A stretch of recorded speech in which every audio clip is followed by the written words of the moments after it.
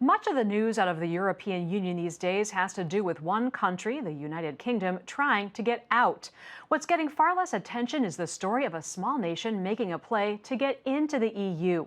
And if it gets its way, it will join NATO as well. NewsHour Weekend special correspondent Christopher Livesay reports from the Republic of North Macedonia. I use American oak, I use French oak, and I use Hungarian oak, and also Macedonian oak. Winemaker Jordan Trajkov is facing an unusual challenge.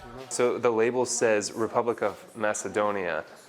Yes. He has to change the labels on all of his bottles, and it's going to be expensive. 20,000 euros just to change the labels. Just to change the labels. It's part of the cost of doing business in this ambitious country that just last February took the extraordinary step of changing its name from the Republic of Macedonia to North Macedonia, something the government says was necessary to make political peace with its neighbor, Greece.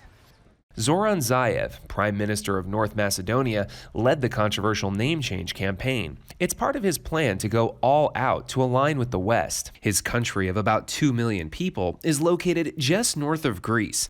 Ever since it gained independence from the former Yugoslavia, Zaev says it's had two parallel objectives. Since independence in 1991, the first prime goals for our country is membership of NATO because of security and participation of keeping peace all around the world, and our membership in the European Union. But those aspirations, being part of the NATO military alliance and the EU single market, were being blocked by Greece for a reason that may seem arcane.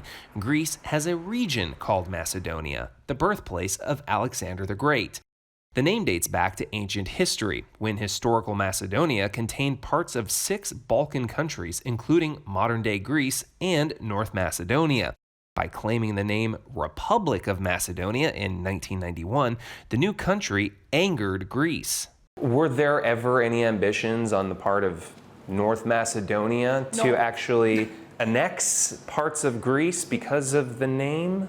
Discussions on territorial claims border science fiction.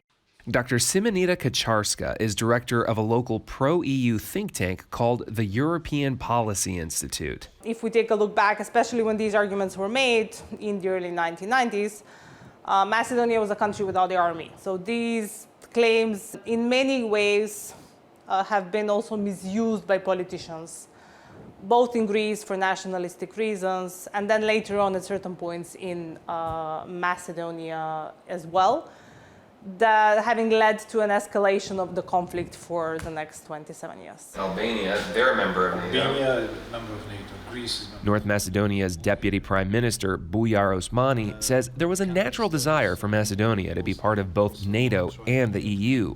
We are surrounded by EU and NATO member states. And he says the United States, which was looking for a stable partner in the region, has been very involved, helping negotiate peace between its ethnic Albanian and Macedonian population, and helping grow the country's democratic institutions from scratch. The United States, through their USAID program, has spent $1 billion in the last 20 years in the country to build up the institutions, establishing the rule of law and maintaining the interethnic relations that will provide stability of the country.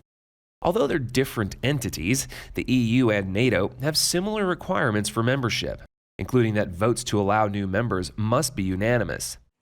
When the then Republic of Macedonia thought it was going to be admitted to NATO in 2008, Greece vetoed it, and later made it clear it would block the country's membership in the EU as well.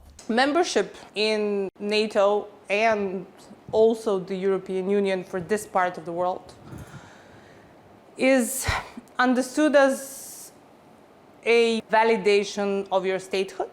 The citizens, they overwhelmingly support NATO and EU membership, between 70 and 80% of the population. So if this is a shared goal and everyone's been working towards it, then the disappointment that comes with it is also big. After Greece's veto, Macedonia's then right-wing nationalist government was emboldened and amped up tensions with Greece by launching a huge building project in the country's capital, Skopje. It erected dozens of statues of what it claimed were Macedonian heroes, like Alexander the Great, whom Greece claims as its own. Then, in 2017, a new pro-Western government was voted in, led by Prime Minister Zaev. He held talks with then Greek Prime Minister Alexis Tsipras and signed an agreement which contained Zaev's promise to dial back the nationalism and rename the country North Macedonia to distinguish itself from the Greek province. Headlines called it a breakthrough agreement. Zaev and Tsipras were both nominated for the Nobel Peace Prize. I'm very proud. For me, it's a history. I am proud, my children are proud, my friends are proud. Why? Because I helped to my country, finally, after 28 years, to be part of the modern Western democratic world. Besides changing the name, the country has renamed the highway leading to Greece Friendship Highway, changed the airport's name from Alexander the Great to Skopje International, and is considering how best to publicly identify this statue and others to make it clear they're not Macedonian per se, but part of ancient Greek history. But the name change has also proved deeply unpopular to many. I identified myself as Macedonian. My country is Macedonia, Republic of Macedonia. Vladimir Chetkar is a well-known Macedonian musician and outspoken name change critic. It's very unfortunate that we are put in a position to be apologetic of who we are.